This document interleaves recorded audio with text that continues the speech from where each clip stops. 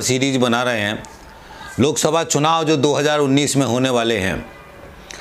तो हमने ये प्लान किया है पहले कि हम जो हमारी ये सरकार थी नरेंद्र मोदी जी की सरकार, हम इसके बारे में पहले पिछला विश्लेषण करेंगे, सरकार ने क्या वादे किए थे और क्या किया।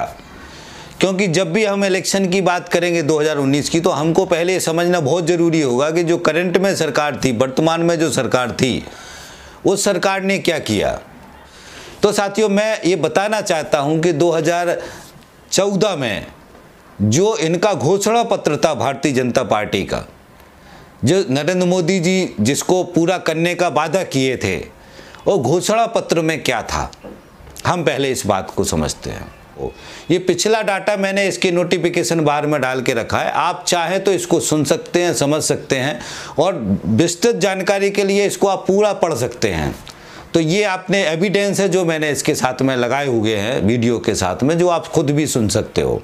हम अगर पहले ये बात करें कि बीजेपी के 10 प्रमुख मुद्दे क्या थे, जिसमें धारा 370 कश्मीर का जो धारा 370 हटाने के लिए, राम मंदिर को बनाने के लिए, राम मंदिर का मगर उन्होंने कहा था कि कानूनी दायरे में बनाएंगे, तो राम मंदिर बनाने के लिए, और जो है सिविल कोड बिल के बारे में भी कहा था। क्या किया है आप खुद समझ सकते हो, आप खुद सोचिए कि 370 में क्या हुआ। ये सारा का सारा चीज़ जुमला हो गया। विदेशों से काला धन लेके आएंगे। काला धन वाला जो मामला था, इसको बहुत अच्छी तरीके से साथियों समझना है। ये काला धन विदेशों से लाने का वादा था, और विदेशों से काला धन लाने के लिए नरेंद्र मोदी जी की सरकार ने कुछ भी नहीं किया, कुछ भी नहीं किया। तो इन्होंने देश को मूर्ख बनाया, झूठ बोला कि देश की जनता इस काला धन के चक्कर में आ जाएगी और उसको काला धन ये मिल जाएगा, लोगों को 15-15 लाख खाते में आ जाएंगे। ये फालतू का झूठा सपना दिखाया, मगर ये पूरा झूठ था। इसमें इन्होंने कुछ भी 1% भी नहीं किया कि विदेशों से काला धन लाने वाले मुद्दे पे बीजेपी ने और नरेंद्र मोदी जी ने कुछ भी नहीं किया। नोटबंदी करके जो उन्होंने कहा, उन्होंने देश के अंदर जो लोगों के पास पैसा था उसको जमा कराने का काम किया, और उसमें जो देश के अंदर जो काला धन था उसको सफ़ेद कराने के लिए नोटबंदी लेके आए। और इस नोटबंदी के रिजर्व बैंक की रिपोर्ट ने बता दिया है कि इनका अधिकतम जो पैसा था 99.3% पैसा बैंकों में वापस आ गया। बाकी ये काला धन कहाँ गया, कहाँ था, कैसे था, वो काला धन जो भी देश के अंदर था वो सफ़ेद हो गया। नरेंद्र मोदी जी की सरकार ने काला धन को सफ़ेद किया, और जो है पूरी तरीके से विदेशों में जो काला धन जमा था उसके बारे में कुछ नहीं किया। ये है इनका 5 साल का चरित्र। हर वर्ष 2 करोड़ युवाओं को रोजगार देंगे। ये तो बहुत बड़ा छलावा हुआ युवाओं के साथ में। और आप देखेंगे साथियों, रोजगार तो छोड़ दीजिए, कम से कम 1 करोड़ से ऊपर रोजगार खत्म हुए हैं।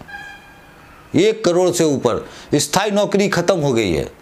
सारे नौजवान बच्चे BE वाले, डिग्री डिप्लोमा वाले रोड पर धक्का खाते फिर रहे हैं। ठेकेदारी में नौकरी, श्रम कानून ख़त्म कर दिए, फिक्स टर्म में नौकरी, ट्रेनिंग में नौकरी, नियम करके एक कानून बना दिया, उसमें जो है आउटसोर्सिंग में नौकरी, पूरी तरीके से बर्बाद कर दिया इन्होंने। ये सारे साथियों को समझना, ये तो बिल्कुल झूठ बोला। और सारा कोई भी इनका वादा आप देख लेंगे कि जो सच है उसमें सच कहीं है ही नहीं है। तो ये 2 करोड़ रोजगार का जुमला ऐसा मारा कि पूरे नौजवान हमारे इनके झटके में फंस गए, और नौजवानों ने वोट करके उनको जिताया हुआ है। इस सरकार ने भी, नरेंद्र मोदी ने भी नौजवानों के बाद सबसे बड़ा धोखा किया है। और जो वादा किया था वो जुमला हो गया, और जो वादा किया था वो झूठा था। देश के नौजवान को मूर्ख बनाया, और मूर्ख बना के उनके वोट बटोरने के लिए ये झूठ बोला था इस सरकार ने। दूसरा जो मुद्दा था वो FDI को लेके था। ये उन्होंने कहा था कि FDI हम जो है ऐसी जगह में लेके आएंगे जहां पे रोजगार पैदा हो और पूंजी पैदा हो। बाकी हम इसको रिटेल सेक्टर में छूट नहीं देंगे। मगर जैसे ही सरकार बनी, इन्होंने 100% FDI लेके आए, रिटेल सेक्टर में 100% FDI लेके आए। जबकि इन्होंने अपने घोषणा पत्र में ये कहा है कि हम एफडीआई रिटेल सेक्टर में नहीं लेके आएंगे। ये सबसे बड़ा धोखा है देश के व्यापारियों के साथ। नरेंद्र मोदी जी ने धोखा किया और भारतीय जनता पार्टी ने धोखा किया। ये हमारे व्यापारी साथियों को समझना है। दूसरा एक मुद्दा था इसमें कि पूरे देश को हम देश के जितने बड़े बड़े शहर हैं उनको बुलेट ट्रेन से जोड़ेंगे, बुलेट ट्रेन चलाएंगे और पूरे बड़े बड़े शहरों को जोड़ेंगे। तो ये तो जुमला ही हो गया, ये तो ऐसा कुछ हुआ भी नहीं है। ये आपके सामने झूठ इन्होंने बोला था देश की जनता के सामने 2014 के इलेक्शन के पहले। चौथा ये मुद्दा था कि सस्ते घर और 100 नए शहर बसाए जाएंगे, 100 नए शहर बसाए जाएंगे। तो आप देखो, ना तो सस्ते घर मिले हैं, ना सस्ते कोई कॉलोनी बनी है। जो इन्होंने ये प्रधानमंत्री जो आवास योजना के तहत जो कुछ मकान बनाने का दिया है इन्होंने, उसके आंकड़े में अलग से एक वीडियो में आपको बताऊंगा। मगर ये समझना है आपको कि इसमें कोई बड़े स्तर पे जो कहा था इन्होंने वो नहीं हुआ। 100 शहर वाला तो बिल्कुल नहीं हुआ, वो तो सामने है, एकदम से झूठा था वो। और इसी झूठ के दम पे देश की जनता को गुमराह करने में ये लोग सफल हो पाए थे। पांचवा सवाल था कि मनरेगा को कृषि के साथ जोड़ेंगे। मनरेगा का बजट कम किया है सरकार ने, मनरेगा जैसी अच्छी योजना को कमजोर किया है सरकार ने।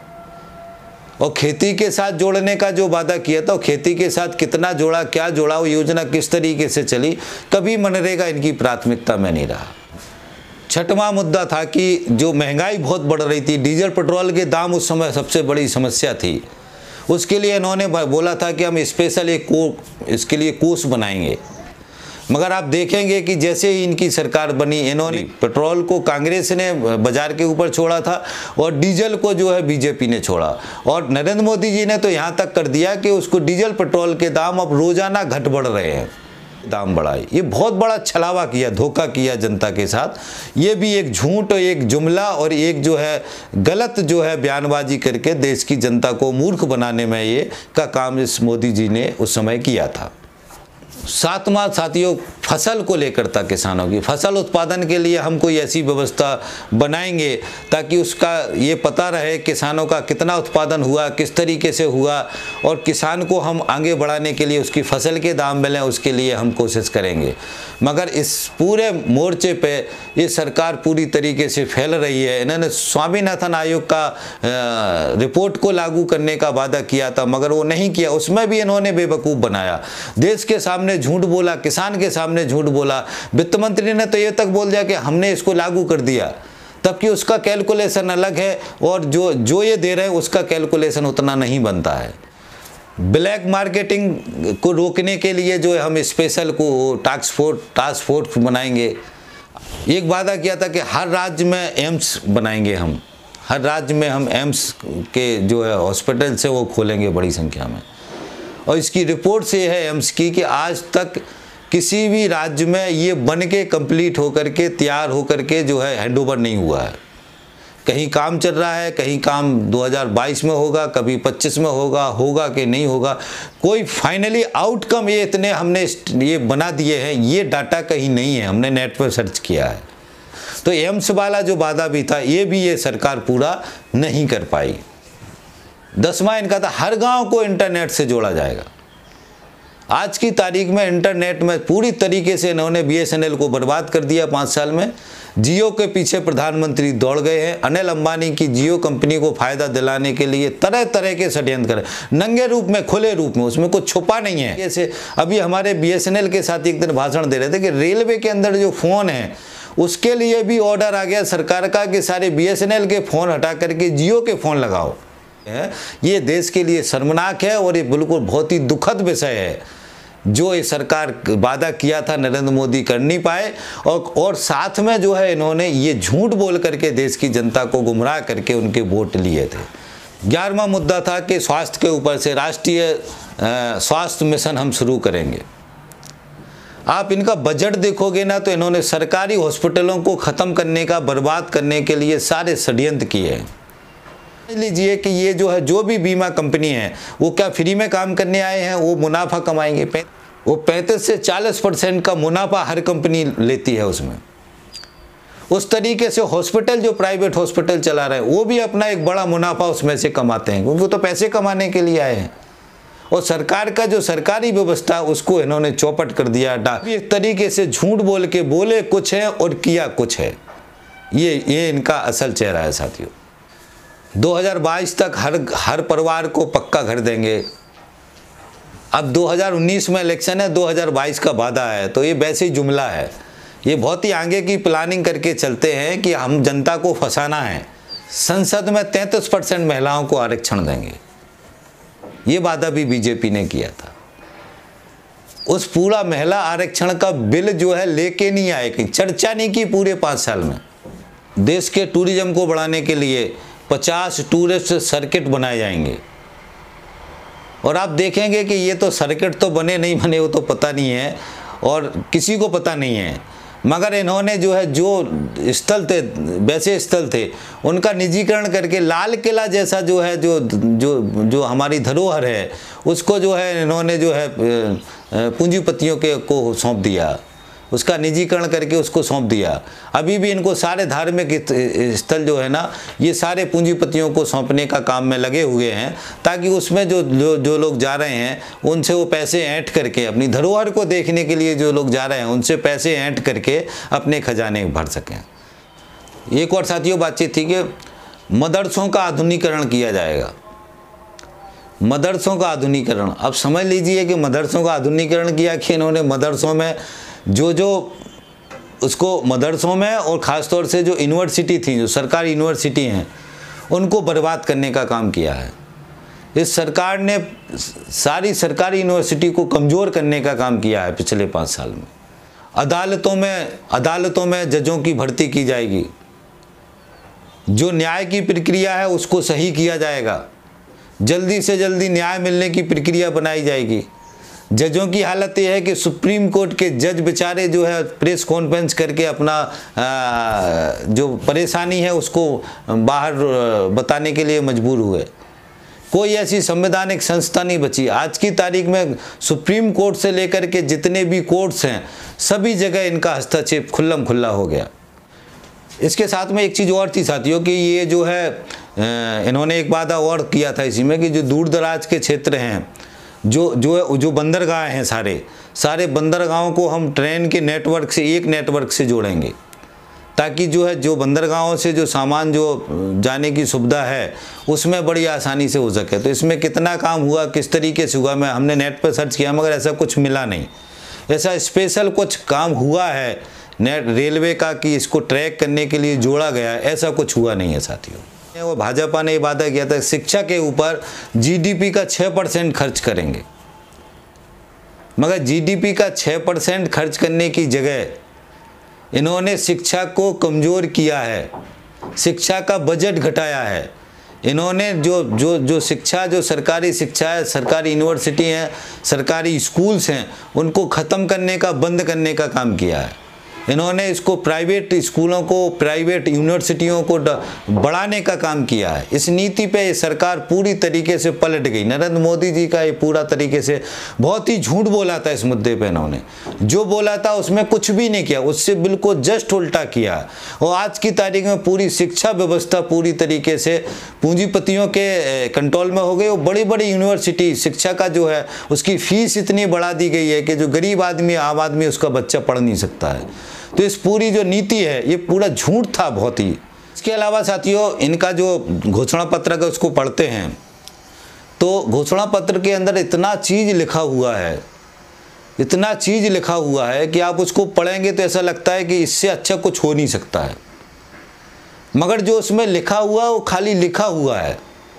आपसे भी निवेदन करूंगा कि इसको पूरे आप घोषणा पत्र की लिंक मैंने डाली है नोटिफिकेशन बार में, तो आप उसको खोल के उसको एक बार पढ़ें। इसमें आप देखेंगे इनकी एक दिशा बिल्कुल क्लियर थी। जिन्होंने इसमें जो विकास की प्रक्रिया में जो भी इन्होंने वादे किए उसमें इन्होंने कहा है कि हम जन भागीदारी और पीपीपी मोड पे सारा विकास करेंगे।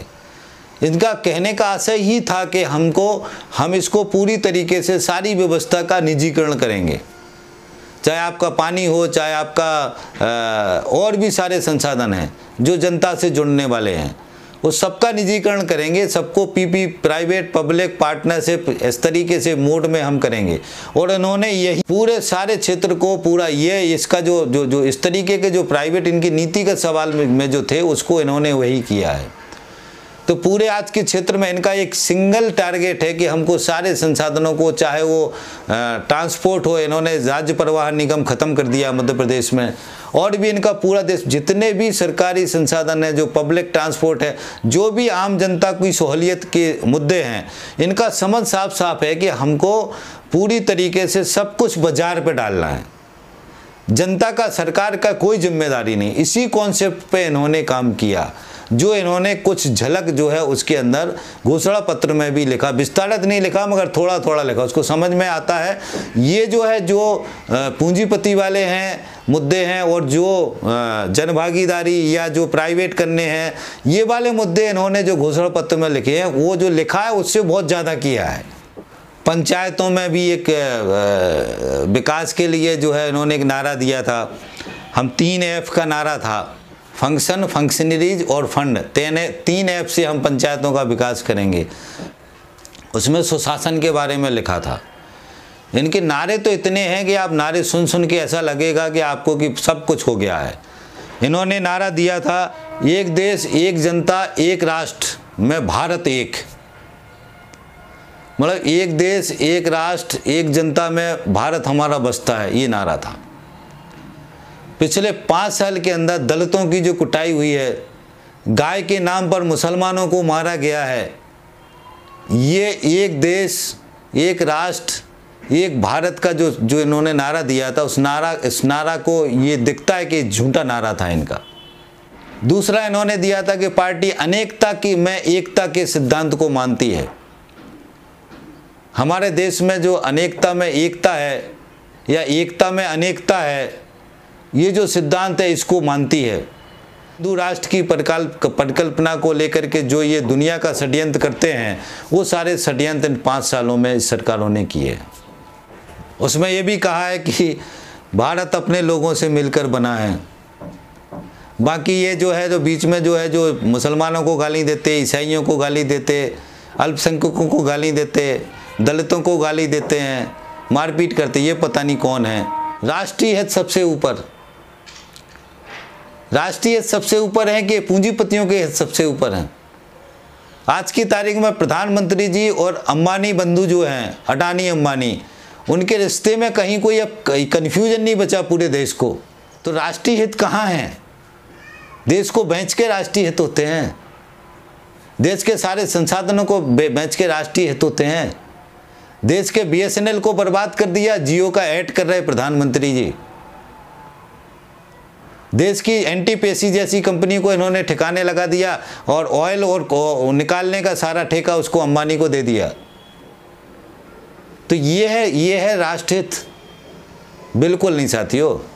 भाजपा RSS का राष्ट्रहित पूंजीपतियों की सेवा, पूंजीपतियों का फायदा, उन्हीं के ये लोग हैं, उन्हीं का एक हिस्सा है। ये समझना अच्छी तरीके से। इसलिए सारे झूठे जो घोषणा पत्र में लिखते हैं, झूठ बोलते हैं और बाद में करते वही हैं जो इनको उनका करना है, वही किया है। 5 साल का उदाहरण है, जस्टिफाई करके मैं बता सकता हूँ इसको। एकमात्र दर्शन और धर्म है सबसे पहले भारत। सरकार की एकमात्र शक्ति है जनशक्ति की शक्ति सिर्फ पूंजीपतियों की है। अनिल अंबानी, अडानी, वो दुनिया के पूंजीपति इनकी शक्ति हैं। उन्हीं के पैसे से ये चुनाव में पैसे बांटते हैं, शराब पिलाते हैं, मुर्गा खिलाते हैं और धनबल की ताकत से और दादागिरी की ताकत से चुनाव को जीतते हैं। जाति और धर्म पे गुमराह करके जनता को चुनाव जीतते हैं। इनकी जनशक्ति बिल्कुल इनका टारगेट बिल्कुल झूठा है, झूठ है, बिल्कुल झूठ है। एकमात्र धर्म ग्रंथ है भारत का संविधान। ये भाजपा के उसमें लिखा हुआ है घोषणा पत्र में, एकमात्र धर्म ग्रंथ है वो है भारत का संविधान। पिछले 5 साल के अंदर इनके कई लोगों ने कहा कि संविधान को बदलना है और संविधान के जितनी संवैधानिक संस्था हैं कोई नहीं बचा। CBI का हालत अभी हमने देखा है, सुप्रीम कोर्ट के जजों का हालत हमने देखा है, हमने ऑलरेडी जो कोर्टों के अंदर की स्थिति है वो हमने देखा है, हमने ये अभी चुनाव आयोग के ऊपर कितने सवाल उठे वो हमने देखा है। सारी संवैधानिक संस्थाओं को इन्होंने तार तार कर दिया। सबरीमला वाले केस में नरेंद्र मोदी जी खुद सुप्रीम कोर्ट के फैसले के खिलाफ भाषण दे के आए हैं कि सरकार को सुप्रीम कोर्ट का फैसला नहीं मानना चाहिए। अमित शाह जैसा व्यक्ति वहाँ धमका रहा है सरकार को कि अगर आपने इस फैसले को लागू किया तो हम इस सरकार को बर्खास्त करवा देंगे सेंट्रल गवर्नमेंट से। ये इनका संविधान के बारे में नज़रिया है। दलितों के अधिकार, गरीबों के अधिकार, दलितों को जिस तरीके से मारा गया, जिस तरीके से लिखने वालों का जो है हत्या की गई, जो लिखते हैं, तो संविधान की बिल्कुल झूठ लिखा है। ये इसको जो भारत का हमारा संविधान है, इस संविधान पे इनका आस्था बिल्कुल नहीं है। आरएसएस का संविधान है मनुस्मृति, उसको संविधान बोलते हैं वो। तो ये ऐसे लोग हैं जो एक अलग तरीके का चोला पहन के, झूठ बोल के, जनता की बातों को कह के हमारे देश को मूर्ख बना के, बेवकूफ़ बना के 5 साल पहले चुनाव जीत के और देश में सरकार बना ली है।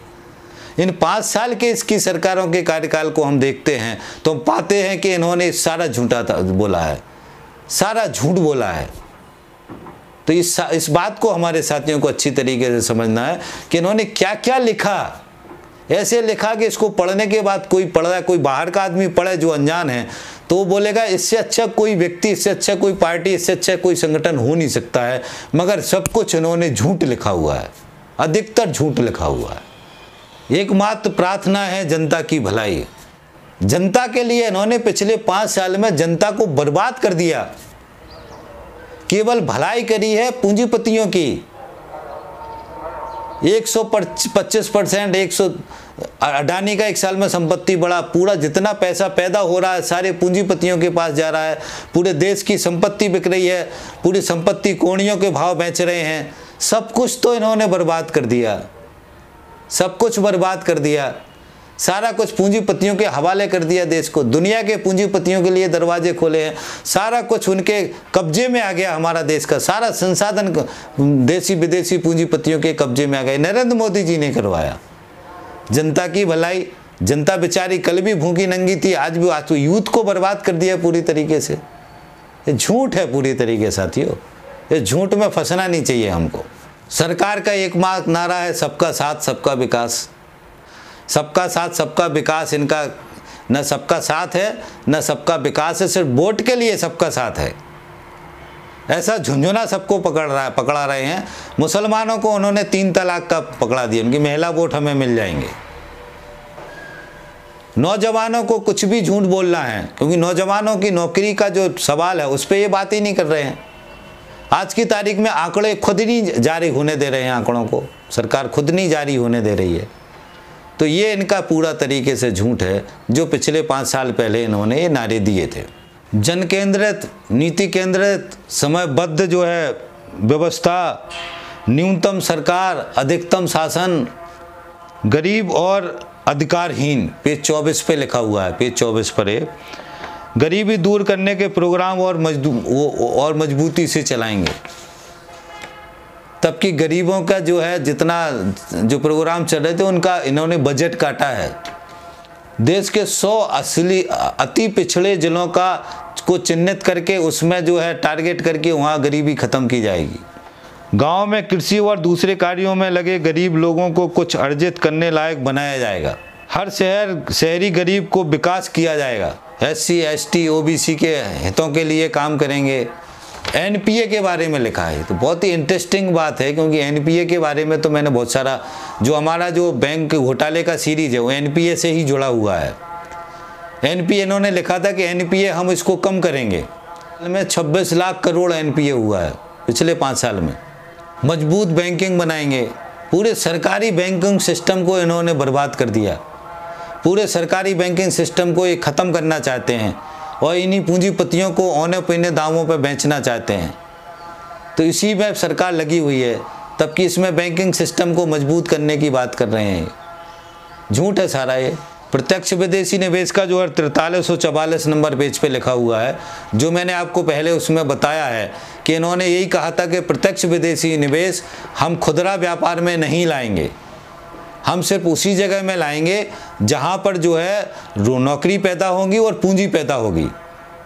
हम इसमें जो फुटकर व्यापार है इसमें बिल्कुल FDI अलाउ नहीं करेंगे। ये साफ साफ लिखा हुआ है। इनका घोषणा पत्र जो है उसके 43 और 44 नंबर पेज पे लिखा हुआ, आप उसको खुद पढ़ सकते हैं। इतना बड़ा झूठ बोला ये देश के व्यापारियों के साथ, इतना बड़ा षड्यंत्र था ये देश के व्यापारियों के साथ जो पहले कभी नहीं हुआ है। भाजपा छोटे मझोले दुकानदारों के हितों के लिए प्रतिबद्ध है, तब कि उनको बर्बाद कर दिया पूरी तरीके से ये पिछले 5 सालों में सरकार ने। कृषि में भी निवेश बढ़ाने की बात की इन्होंने, कृषि में हम निवेश बढ़ाएंगे और साथ में जो है सरकारी निवेश बढ़ाया जाएगा, तबकि कृषि में इन्होंने कोई निवेश नहीं बढ़ाया, झूठ बोला था ये किसानों को। साथ में बोला था 60 साल से जो ऊपर के किसान हैं उनको जो है उनके लिए हम कल्याणकारी योजना बनाएंगे। 60 साल से ऊपर उम्र के जो किसान हैं उनके लिए कल्याणकारी योजना बनाएंगे। जो इन्होंने कोई भी कल्याणकारी योजना किसान के बारे में तो इन्होंने कुछ किया नहीं है। 49 पेज पे मजदूरों के बारे में थोड़ा सा श्रम बल के बारे में लिख दिया है। हम ऐसी कोशिश करेंगे कि कारखाना मालिक और मजदूर एक परिवार जैसे बंधन में बंध जाएं, एक परिवार जैसे हो जाएं, ये इन्होंने लिखा है इसमें। जबकि इन्होंने कानून बना दिया है कि 2 साल 1 साल बाद जब मर्जी हो तब लगाओ, जब मर्जी हो तब भगाओ। जब लगाना है लगाओ, जब भगाना है भगाओ। तो परिवार कहाँ से बनेगा? वो सारे श्रम कानूनों को निपटा दिया है। ये श्रम कानून वाला जो चैप्टर आएगा उसमें सुनेगा। पूरा बहुत झूठ बोला भाई, पूरा झूठ लिखा हुआ है इसमें। अगर आप इसको एक एक तरीकों को विश्लेषण करोगे तो झूठे झूठ मिलेगा आपको, सारा कुछ झूठ इसके अंदर लिखा हुआ है। बहुत सारा कुछ लिखा हुआ है। आपसे मैं निवेदन करूँगा कि इसको पढ़ लें। अंत में जो है, जो आखिरी पेज है 64 नंबर पेज है, उसमें उसके ऊपर लिखा हुआ है कि एक भारत और श्रेष्ठ भारत, ये इनका लक्ष्य है हमारा बनाने का। एक भारत और श्रेष्ठ भारत, ये दोनों चीज़ों इन्होंने नहीं किया है। इस तरीके की अराजकता हो सकती थी, उस तरीके की इस 5 सालों में अराजकता हुई है। भारत को तोड़ने के, भारत के अंदर आपस में नफरत फैलाने का, भारत के अंदर दलितों में, मुसलमानों में, अल्पसंख्यकों में और भी जो पढ़े लिखे तबके हैं, जो लिखता है, जो विरोध करता है, जनवादी ताकतों को कमज़ोर करने का, तोड़ने का, ना सब कुछ षड्यंत्र किया है पिछले 5 सालों में।